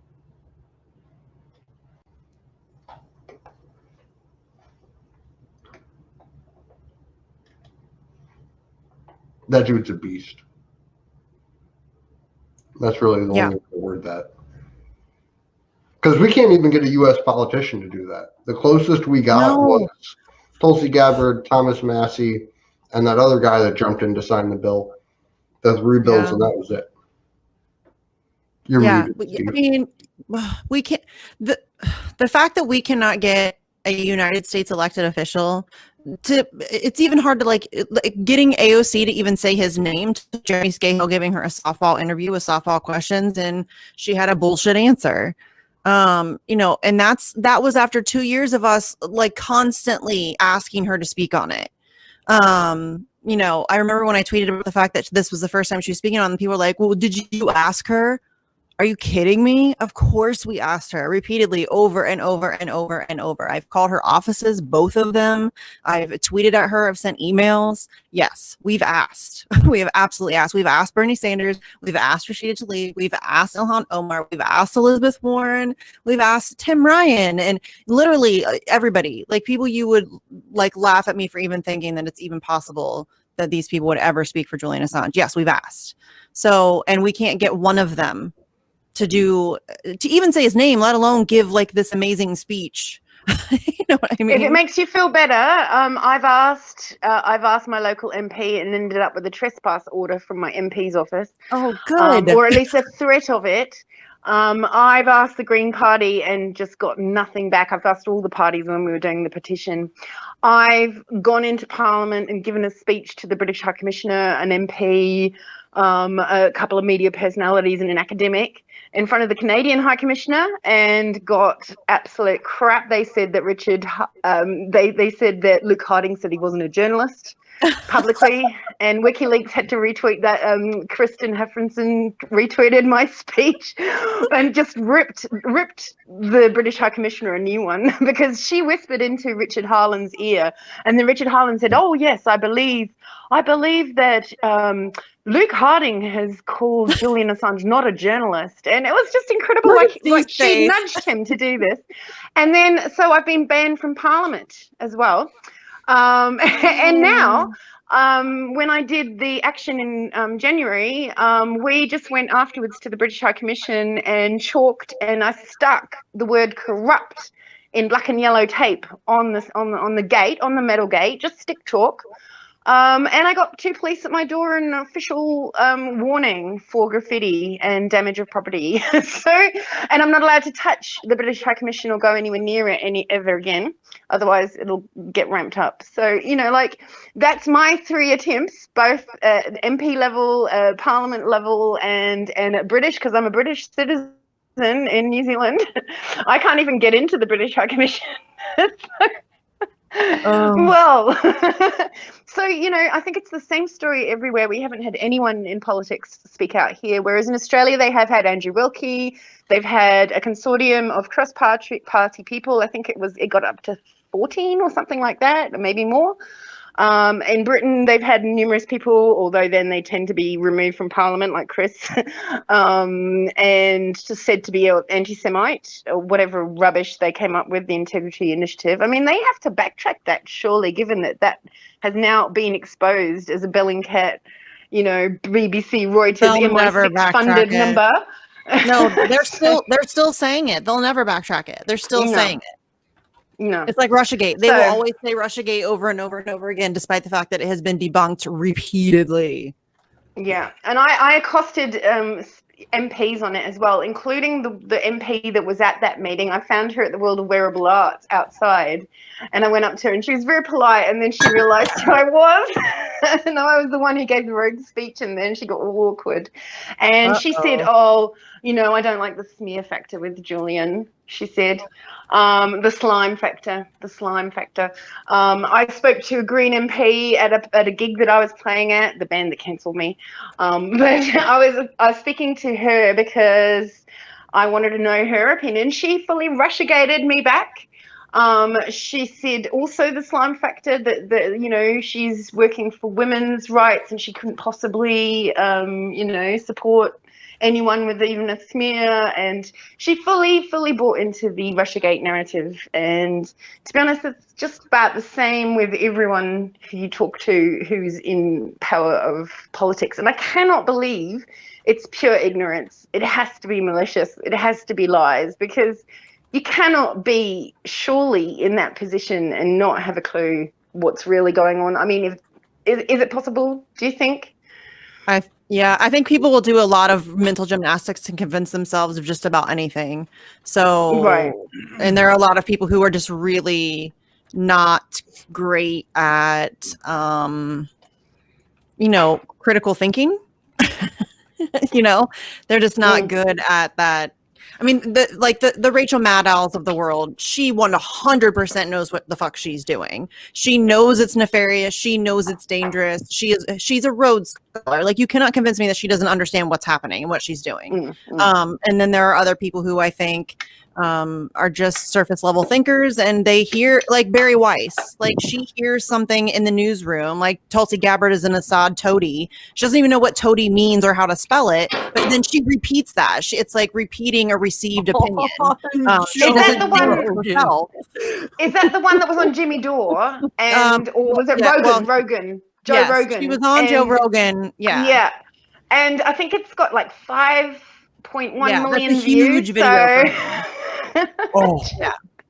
Yo, I mean, of all the places to decide to pull your dick out and then trip over it and be Joe Rogan made her look like a fool, and he didn't even do anything. Like, he was just asking legitimate questions, nice question. Like, he wasn't mean. He was just like, "Oh, but wait a minute, didn't she say that?" And he made her look he wasn't even trying, and he made her look so dumb. What's a toady? I don't know how to spell it. Jamie, can you look that up? Jamie, can you look that up? I don't know what that means. And then she said at one point, she said, "Is that I'm pretty sure this is real life." What? What did you just she say? said, "I'm pretty sure I'm not making this up," or something like that. Because listen, she doesn't actually think about these things for herself. Her friends give her opinions, and then she regurgitates them, and that's her level of thinking. And I think there are a lot of people who are like that, and they convince themselves that they're really smart and they know what's going on, and they're like, "Yeah, I'm really cool." But they really just have like this surface level thought process, and they don't look at anything any deeper, and they just have their little group of friends who are all very privileged and just completely ignorant, and they live in this fairy tale.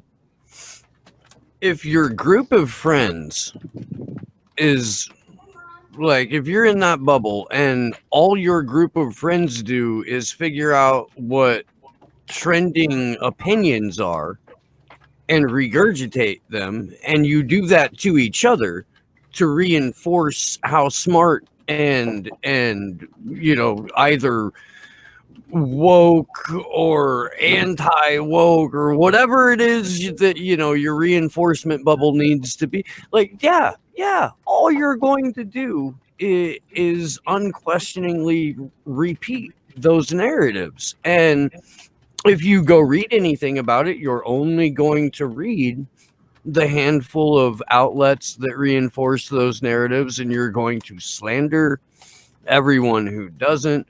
And look, news outlets deserve to be shat on relentlessly, often.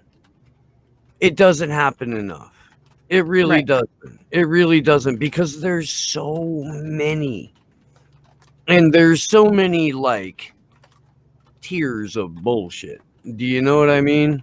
Like there's that like $1 billion a year bullshit that you get through networks or through someone like Rachel Maddow, who, and by the way, man, like Rhodes scholarships, those are usually where you get groomed for your future in whatever intelligence related area you intend to go into. And in Rachel Maddow's case, she has a guess popular. I don't know. There's YouTube videos that get more. Didn't she call out the Iraq War lies, the weapons of mass destruction lies? She used to be long ass time ago. Yeah, she even called drones flying killer robots during the Obama years.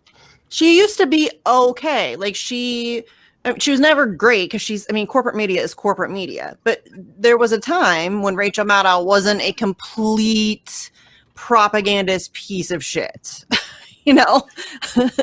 She is a complete just money did that, or threats, probably, money, maybe, I don't know, but money, I think, and influence, power, being able to hobnob with Barack Obama and Michelle Obama and Hillary Clinton, and being able to go to those dinner parties and having that access to those kinds of people and that kind of power and that level of influence and the money. I think that's a very attractive thing for some people, and there it is. You want to have 40,000 a day or something, isn't it? 40,000, something like that. Yeah, that's pretty amazing. Yeah. People don't make that in a year in this country. No, there's a lot of people who don't make that a year. And she's doing it, lying to them, that people can continue to profit off the exploitation and murder of. It doesn't fucking matter to them.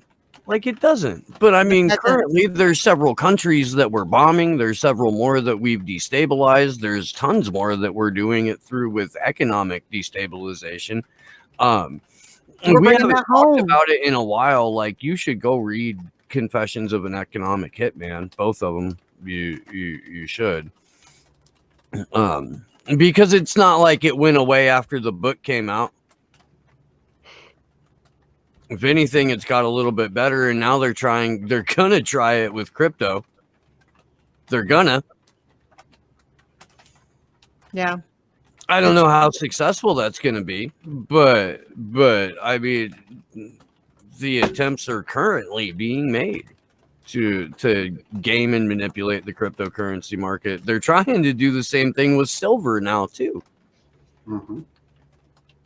Well, I mean, the only thing they need to do to break the crypto market, presumably, is shut down the internet, which is, I mean, I don't know. Is there other ways to compromise it? I don't really understand technically. But okay, so shut down the internet. What does that mean? Does that mean everywhere in the world all at once? Everybody's internet? Because that's what you would have to do. At least with Bitcoin. Right. That's decentralized all over the planet. There are a couple others that are too. If your cryptocurrency has a central point of failure, they can turn off the internet at whatever its main server is. But Bitcoin doesn't operate like that. And if they turn off the internet where you live, there are ways around that too. Got to be ready for anything. Anonymous proved that in 2011 when they turned back on Tunisia, when they turned back on Egypt, you know, like the amount of the whole, like, anytime there's a country that cuts off their internet, there will be anons that pop up that are like, here's how you fix that. Let us help. Yay, anons. Yeah, that's the magic of the interwebs. Yeah. Real talk. Do We got to figure out better means of communication too. Some carrier pigeons or some shit. Rolling pigeons. We should use rolling pigeons. Whatever the fuck we got to use. Because they're coming for all of our means of communication, for real. All of them. Do we have anything else, Andrew? I think that was it, right? Just this. There's a Press Gazette article, but it's not really. We can. Oh, okay. Yeah, we got like 5 minutes. We could probably squeeze it in if you want, or no. I actually want to talk about DC and where we're at with that and what's going on with the GoFundMe and stuff. Cool. Let's do it. So currently, the money from GoFundMe is still on hold. It's something that they're either forcing us, one of three options: release the fund into someone else's account, set up a brand new bank account, or refund the money. The way that we've traditionally done it is it just comes into my bank account. And then I store it in a separate account in my account and distribute it as we need it for the Airbnbs, for food on site, for people's travel expenses, those kinds of things. We are figuring out a way to work around it. Hopefully we should have that done at the end of the vigil tonight. But that's something that we're just kind of waiting on at this point. So it sucks, but in the meantime, the active fundraising link is on the Go Get Funding. It should be in the description as well as on our website too. Yeah. It's so that's also one on my you Twitter share thread that. under your Please events. share that on my link. Twitter thread. So if anyone's checking out the global events, they'll also find that link. Oh, for yeah, your- you did for your list it. new Yeah, yeah, I saw funder. that. Yeah, I've done a new thread today. Yeah. Thank you for doing that. Yeah, please share that link because just due to the confusion and the miscommunication with GoFundMe and trying to figure out workarounds to what we're dealing with, you know, until we can get access to that, we're really relying on the Go Get Funding. Is that right? I never know if I'm set. Is it Go Get Funding? Yeah. Okay. And I we're know why I like can't 2 remember that. weeks behind. Yeah. So we really do need help. With- I know everybody's in a bad spot. Sharing the link helps tremendously. If you can't donate, that's like seriously very helpful. It really so yeah, is. we just it is absolutely amazing, like how much it helps. Yeah, I don't even know if you guys realize or know, but it does, because the minute it breaks like your immediate silo, it really is brand new people seeing it. I'm sure like you guys are sick of it. I would. Yeah. But we really want to hate having go to and say make it. a difference and be loud and make noise and really like fight this. And the fuck censorship protest is going on. So we all want to be there. We're all trying to come together for 2 issues that we all really care about. And we're trying to, I know that not everybody can go to protests. And again, if you are not able to make it to DC and you still want to like make a difference and do something, please organize something in your own neighborhood. We will help you. Like, we're not the best at it. We're not professionals. We're just some activists trying to do the best that we can. But we feel so passionately about this. Like, I'm willing to give my time up to help you figure things out and to figure out what permits you need or to how to advertise it. I will help you on social media to, you know, get the word out, whatever we can do. Like, we really want to make this you know, a global event and like have these continuously. I mean, we have the anniversary of his arrest coming up in April, on April 11th. So we want to have more events then. And we're going to, I mean, we keep saying it, but we really do need mass public pressure. So even if you can't come to DC, DC is just where we're going because we feel like that's where we can make the most impact. Obviously, I mean, that's where the people who need to hear about this are. So, but yeah, if you can't make it to DC for whatever reason, like, that's cool. Just organize your own shit and we will help you 100%. Like, And I'm we down. would like to not just go to DC. We haven't done any events on the West Coast yet. Yeah, we want to start branching out a little bit, but you know, that's just where we've been going because I think we all just kind of agreed at this point right now that's kind of the best spot for us to be at. Yeah, there's a San Francisco Assange group though. Yeah, that could really use some support. So if you're in the Bay Area, I'm down for like go do that. prisoner. Yeah, if you're in the Bay Area. Okay. So can I have a little brag moment? Is that okay? Can I pat myself on the back for 1 second? Because I think I had my very first like matchmaker, like real matchup. I hooked somebody up on Twitter with Paula's group in Boston, and they went to the most recent event for the first time, and I felt like a little teary-eyed about that because like I did that, you guys. Like, I helped grow the Boston crew by 1, and that feels pretty cool. So I'm pretty proud of myself. Gotta invent the wins, you guys. You gotta invent the wins. And that's not even inventing it. That's just a win. That's another person doing something. It's pretty small, but yes, it's a win, and I'll fucking take it. that happened for me with the Denver group too. Oh yeah, I think I hooked somebody up with Denver, but I don't know if they've gone to any events at Denver. I know that they've like communicated, but I don't know if they've done anything. This was for the Human Rights Day thing, and then they came out to DC. It was Quinn. I don't know if you met Quinn or not, but yeah. I don't know. I met so many people, and I'm really bad at like.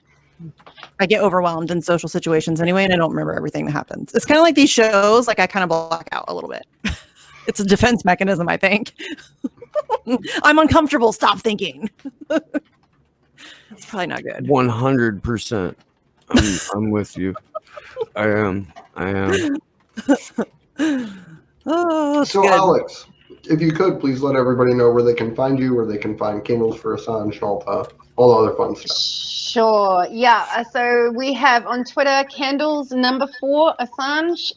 We're regularly posting up any new events I hear about. There's a whole cluster from Boston, which was on the 8th through to the 20th.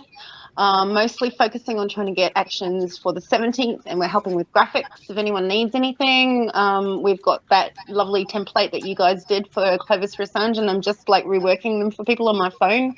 It's pretty basic, but yeah, then I've got for my own accounts it's Greenweaver Arch and also Free Assange New Zealand, NZ. On Twitter, and then we've got a Facebook group which is about 2.9 strong on Facebook, Candles for Assange. Also a page, and we also have an Action for Assange New Zealand group as well, which I regularly post in there. Obviously, having had my Facebook removed as Alex Hills, I'm now back as Alex Greenweaver, GRENWEAVER. So that's me, I think. Excellent. I would feel remiss if I didn't share this. In terms of the mechanical space sharks and the flamethrower. Oh boy. Okay. And Peter Wish Wilson. Right. The what the ear is seeing for Glory Jones is more like living a double life as a merman selling platinum to aliens. I don't even know what that means. What that means? Oh, Glory Jones. What goes on in that brain of yours, sister? Lordy. My name's Andrew Smith. You can follow me on Twitter at Andrew Zigman. You can follow us on Twitter at action_4 Assange. You can check out our website for all the information about GC. That's action4assange.com. And if you have any questions, you can reach out to us, actionforassange@protonmail.com. And I'm Misty Winston. You can find me on Twitter at Sarcasm Stardust. I have another show called Facts on the Ground with Jesse Zerwell. We are on Odyssey, Rockfin, and YouTube. For now, we're on YouTube. We'll see. We're not monetized, so we don't get picked on very much. But yeah, we just interviewed Danny Scherzen again, which was excellent. We have another. Stop hogging him. I love him so much, though. Seriously, Stop hogging Danny. Sorry. Stop it. Sorry. But I love him. Seriously, he's one of my favorite people to talk to. Just fucking deal with it, Steve. Yeah, so check that interview out. The only person I really hog is Jared Beck. And Whitney. No, that's not fair. Whitney That's not has fair. a number of shows that she goes on. No, I'm just super intimidated by Whitney. On. I get it. I'm just super intimidated by Whitney, so I'm like afraid to ask her to come on my show because I don't want her to come on my show because I don't want to say dumb stuff in front of Whitney Webb because I will, and so I'm just not gonna have her on my show. That's the way I'm dealing with that. So, yeah. Anyways, we're still doing the writing campaign. I've like really been terrible about it. My life has been kind of a mess recently. I'm gonna try to get more disciplined on that, which is funny because there is no discipline in this body. But yeah, so letter writing campaign, mostly I've been focusing on Merrick Garland. I think I have 10 letters out or ready to go out now. I've been kind of stockpiling them over the past couple of weeks, like writing like one every couple of days or whatever.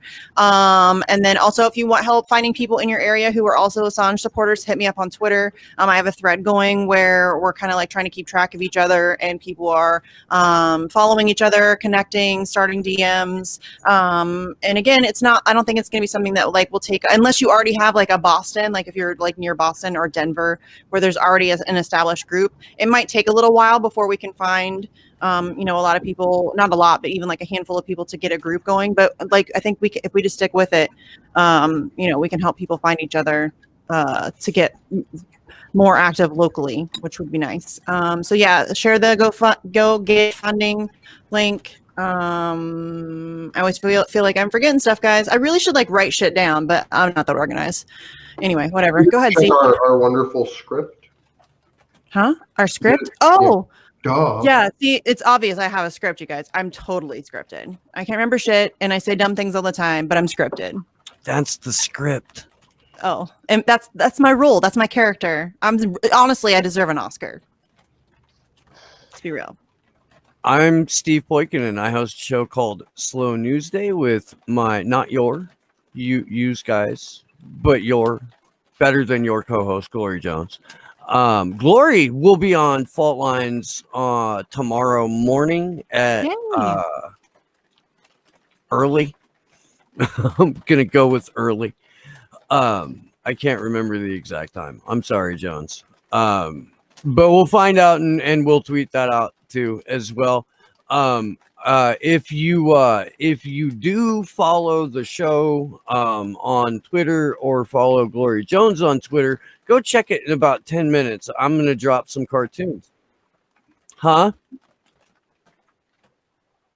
9:30 a.m. Eastern. Okay, that's what I thought, but I didn't want to fuck it up, so I figured I would loudly proclaim that I had no idea, and somebody would eventually yell at me. Thank you. I appreciate it. Can you remind us of the, so we've got the 2 noon, 17th and 18th of March in DC, but what about the 2 o'clock one? Where is that going to be? So the fuck censorship one? Yeah. So that's going to meet us at the CNN building, and we are together going to march to Google. Gotcha. Great. So once again, March 17th, Washington, D.C. If you're anywhere near there, please come out and see us. If you can't make it, but feel like you could probably grab a couple of people and go make a sign and make some noise, do that. Please do that. If you can donate to the Go Get Funding, please do that. If you can't, please share it. If you'd rather not do any of that, okay, I'd be cool. You know, I can't see word. Let's see. What am I doing? I'm flying this Sunday, so there is no slow news day this Sunday. Tomorrow, I'll have to tweet that out later. Y'all ain't even ready. Big thanks to everybody out there in the chat. You guys are freaking awesome.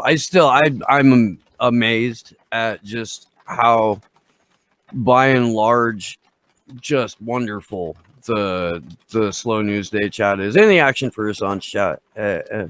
It's I don't know, dude. It's a wonderful little place. Magic. Thank you, my co-host, and Alex Hills, Fiorella, Isabel, who we'll see next week in 8 days. No, even less, because they get in on the 15th too. So we'll see them. Yeah, 6 days. Word. And we do hope to see you guys. Thanks, Sleepy Josh, on the 1s and 2s. I may have done that already. May not have. Thank you. Bye. He deserves 2 thanks. We will we'll see you soon. Good luck to us all.